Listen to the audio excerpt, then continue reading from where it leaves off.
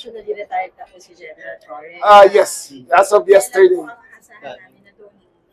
Wala pang schedule si Presidente. Siya mismo ang magdadon eh. So, siguro anytime next week, may donning na siya. Tsaka proper turnover. I-invite namin si General Torre na mag-handover ng flag kay General Nartates.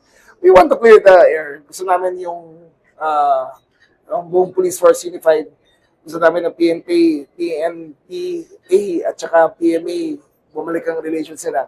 Gusto namin yung isa na lang ang hanay dito. And more higit sa lahat, dapat pakita natin na stable ang police force. Sir, ever since na nangyari yung palitan ng leadership, nakausap niyo na po ba si General? Oo naman. Yung beses na.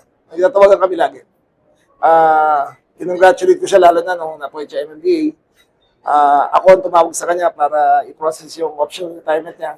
Nagpasalamat sa akin. Ako ang kumuha na lahat ng clearance niya. So, all is past. Move on na kami pareho. So in a way, yung donning na yun, pwede na rin yung retirement orders for the president. Yes. Ayun na rin yan.